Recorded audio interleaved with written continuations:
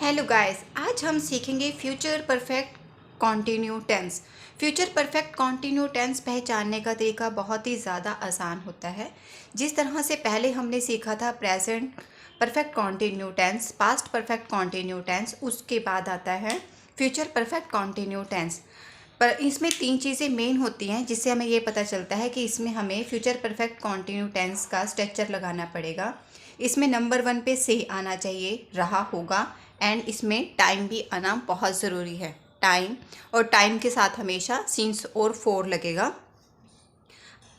इसके बनाने का स्ट्रक्चर है सब्जेक्ट। मैं इसे मिटो देती हूँ।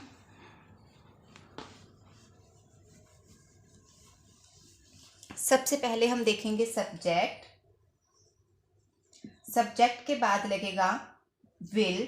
विल तो हमें यहीं से पता चल जाता है कि गा गे गी में हमें विल का यूज़ करना पड़ता है। Subject will have.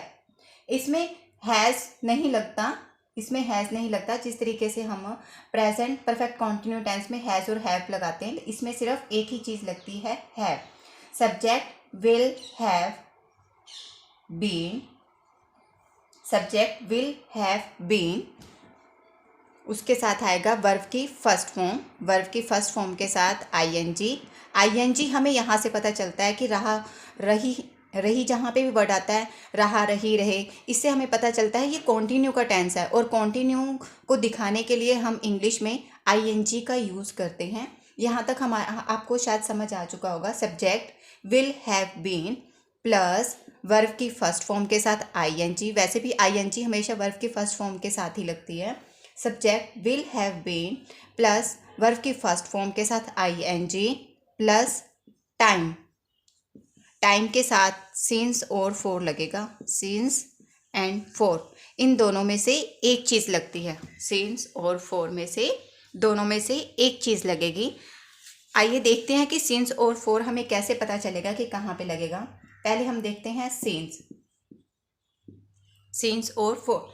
सिंस हमेशा वहाँ लगता है पक्के टाइम के लिए, या आप उसे रट लो जिसका कोई नाम हो। पक्का टाइम या जिसका कोई नाम हो, जैसे संडे। संडे एक तरीके का नाम है। घड़ी का टाइम, घड़ी का टाइम, जैसे 4 बज रहे हैं, 5 बज रहे हैं, 4:30 बज रहे हैं। जब भी आप इसको लिखेंगे तो आप इससे पहले सिंस का यूज़ करेंगे। मॉर्निंग, सुबह, शाम। मैं हिंदी में बता रही हूँ, सुबह, शाम, जो इससे आपको ये पता चल रहा है कि ये पक्का टाइम है। Morning, evening.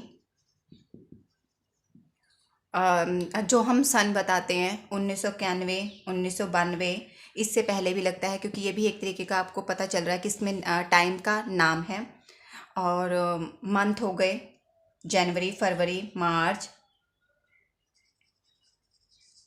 इस तरह के जो जिनके भी पक्के नाम होते हैं उसमें हमें सिंस का यूज़ करना पड़ता है। और फोर हमेशा कच्चे टाइम के लिए लगता है, जिसका कोई नाम ना हो। कच्चा टाइम, कच्चा टाइम का मतलब जिसका कोई नाम ना हो।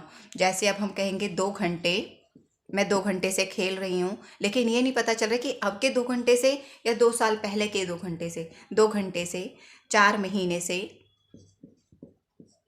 2 हफ्ते से, 2 वीक्स लिख देते हैं, 2 वीक्स, कई दिन। इस तरह के जो टाइम होते हैं उनसे पहले हमें फोर लगाना होता है। एक चीज़ अच्छे से याद कर लो, सिंस हमेशा पक्के टाइम के साथ लगता है। पक्के टाइम जिसमें कोई नाम हो।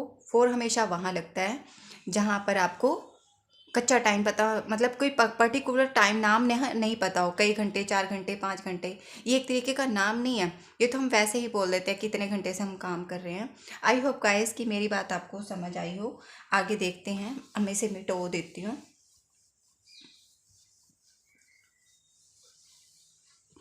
अब जैसे कि कोई सेंटेंस बनाकर देखते हैं। अब मैंने लिखा है मैं सुबह से खेल रही हूँ। अब मैं सुबह से, अब इसमें टाइम भी दिया हुआ है, सुबह एक तरीके का टाइम है। से भी आया हुआ है इसमें, नंबर 2 पे हमें ये भी मिल गया। मैं सुबह से खेल रही हूँगी। सुबह से भी आ गया, रही भी आ गया, गा की गी से तो हमें ये पता चलता है कि ये हमारा विल वाला है सेंटेंस। हमें तीनों चीज़ें मिल चुकी हैं। और मैंने हमेशा एक चीज़ बताई है कि हमें हिंदी से इंग्लिश में ट्रांसलेट करने के लिए सिर्फ 3 चीज़ों की ज़रूरत होती है। अगर आपको वो 3 चीज़ें इसमें हिंदी के वाक्यों में ढूंढना आ गया तो मेरा कहना ये है कि भी ना आप आधी इंग्लिश बना लेते हो। अब जैसे मैंने आपको कई बार सिखाया है कि पहले आपको चाहिए होता है सब्जेक्ट, सब्जेक्ट के बाद चाहिए होता है हेल्पिंग वर्ब, उसके बाद चाहिए होता है जो इसमें मेन वर्ब होती है। हमारी सब्जेक्ट हमेशा स्टार्टिंग में ही होती है। स्टार्टिंग में मतलब हमारा आई है तो हमें सबसे पहले पता चल जाता है कि हमारा आई सब्जेक्ट है। उसके बाद हमारी जो हेल्पिंग वर्ब होती है वो हमेशा लास्ट में होती है। लास्ट में क्या है, गागेगी। गी के साथ आपको पता है कि ये विल है, तो विल हमेशा यहाँ आ गया, नंबर 2 पे विल आ गया। Will have been, will have been. अब हमारा विल हैव बीन आ गया। मैंने एक चीज़ बताती हूँ, जहाँ पे से वर्ड आता है ना, मैंने थोड़ा सा याद किया हुआ है। जहाँ पे भी आपका किसी भी वर्ड्स में से वर्ड आता है तो उसमें हमें हैज़ बीन, हैव बीन या had been, will have been का यूज़ करना होता है। आई विल हैव बीन, ये यहाँ तक ख़त्म हो चुका। अब यहाँ पे है रही। रही जो हमारी हेल्पिंग वर्ब के बिल्कुल साथ में होती है, उसे बोलते हैं, वो हमारी मेन वर्ब होती है। अब जैसे ये खेल है, खेल हमारी है मेन हेल्पिंग वर्ब। अब खेलने को इंग्लिश में बोलते हैं प्ले। प्ले के बाद आईएनजी लगाएंगे, क्यों लगाएंगे, क्योंकि यहाँ रही है। रही का जो वर्ड है हमें पता चल रहा है कि वो कॉन्टिन्यू का है, और कॉन्टिन्यू को दर्शाने के लिए या दिखाने के लिए हमें आईएनजी का यूज़ करना पड़ता है। बन गया हमारा sentence, I will have been. I hope guys कि मेरी बात आपको समझ आ रही हो। अगर आपको लगता है कि मैं गलत बोल रही हूँ या मैं ठीक नहीं पढ़ा पा रही तो प्लीज़ मुझे कमेंट में ज़रूर बताना। I will have been playing. अब हमारा रह गया पक्का टाइम। मैं पहले वीडियो में भी मैंने आपको बताया है कि जो टाइम होता है ना, उसे आप अंडरलाइन कर दो और हमेशा उसे लास्ट में लिख दो, या आप स्टार्टिंग में भी लिख सकते हैं या लास्ट में लिख दो। आप एक अच्छा सा ट्रिक रख लो कि मुझे लास्ट में लिखनी है। जो भी इंग्लिश सीखना चाहते हैं वो थोड़ा इंग्लिश को ना ट्रिक के साथ यूज़ करेंगे ना, तो वो कभी नहीं भूलेंगे। जो भी आपका टाइम होता है, जहाँ जिस वर्ड्स में भी, उसको आप अंडरलाइन कर दो। अभी सुबह टाइम है हमारा, सुबह को इंग्लिश में बोलते हैं मॉर्निंग। अब मॉर्निंग हमारा क्या है, पक्का टाइम है, क्योंकि एक इसका पर्टिकुलर टाइम है। इससे हमें पता चल रहा है कि हाँ मॉर्निंग तो सुबह को ही बोलते हैं, तो इसने सुबह से काम किया होगा। तो सुबह एक तरीके का पक्का टाइम हो गया और एक तरीके का नाम हो गया जिसको हम बोल के पुकार रहे हैं। अब इसके साथ हमें पता है कि हमें सीन्स लगाना है। I will have been playing since morning. अब इसके बाद हमें करना है, इसे बनाना है नेगेटिव में। नेगेटिव में बनाने के लिए मैंने आपको कई बार बताया है कि नेगेटिव बनाना बहुत ज़्यादा आसान है। कि नंबर 3 पर गिन कर आई विल हैव से पहले लगेगा I will not have been. I will have not been playing since morning. अब उसी तरीके से आप अगर बोलें कि इंटेरोगेटिव वाला बनाना भी बहुत ज़्यादा आसान है। इंटेरोगेटिव में हम क्या करते हैं, सिर्फ हम सब्जेक्ट और हेल्पिंग वर्ब की साइडों को चेंज करते हैं। अब हमारी विल हमें आगे आ जाएगी, will I have been playing since morning. Will I have been playing since morning, कि क्या मैं सुबह से खेल रहा हूँगा। अब एक हम सेंटेंस 4 वाला बनाकर देखते हैं।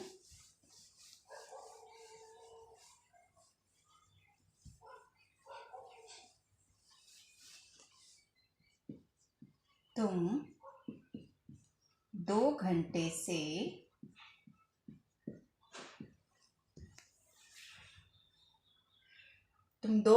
से खेल रहे होंगे, याद ही नहीं आते, खेल रहे होंगे, तुम 2 घंटे से खेल रहे होंगे। अब हमें पता कैसे चलेगा कि ये हमारा फ्यूचर परफेक्ट कॉन्टिन्यू टेंस है। नंबर 1 पे टाइम दिया हुआ है, नंबर 1 पे टाइम है, नंबर 2 पे हमारा से है, से है जिससे हमें टाइम दिया हुआ है और रहे होंगे नंबर 3 पर, यानी कि हमें पता चल गया। अच्छे से ये चीज़ें याद कर लो। Subject plus will have been, subject plus will have been plus verb के साथ आईएनजी, टाइम हमेशा सिंस और फोर लगेगा। यू के बाद हमें चाहिए हेल्पिंग वर्ब। मैं हमेशा बार बार ऐसे इसलिए बोलती हूँ कि जो भी मेरी वीडियो देख रहे होंगे उन्हें ये चीज़ याद हो जाए कि हमें हिंदी से इंग्लिश में जो सेंटेंस बनाते हैं, हमें सिर्फ 3 चीज़ों की ज़रूरत होती है। पहले अगर आपने वो 3 चीज़ें लिख दी तो आपका आधे से ज़्यादा सेंटेंस बन जाता है। उसके बाद जो उसमें बीच में कचपच होती है, टाइम हमेशा लास्ट में लिख दो। जो सारा का सारा 3 चीज़ें लिखने के बाद जो भी बचता है आप उसे ऑब्जेक्ट में लिख दो। You will have been, you will have been playing, you will have been playing। अब 2 घंटे, अब ये नहीं पता अभी के 2 घंटे से या 2 साल के 2 घंटे से, ये तो कोई कैजुअली बंदा बोल देता है कि भैया मैं 2 घंटे से खेल रहा हूँ या नहीं। अब 2 घंटे से क्या पहले लगेगा? 4 2 hours, 4 2 hours। अगर इसे नेगेटिव बनाना हो नंबर 3 पर आप लगा दीजिए, you will not have been playing for 2 hours। आप इंटेरोगेटिव बनाना हो तो आप हेल्पिंग वर्ब आगे ले आइए, will you have been playing for 2 hours, for 2 hours। I hope guys कि मेरी वीडियो आपको समझ आई हो, पसंद आई हो। प्लीज़ अगर आपको मेरी वीडियो थोड़ी सी भी पसंद आती है तो प्लीज़ लाइक सब्सक्राइब करना ना भूलें। Thank you.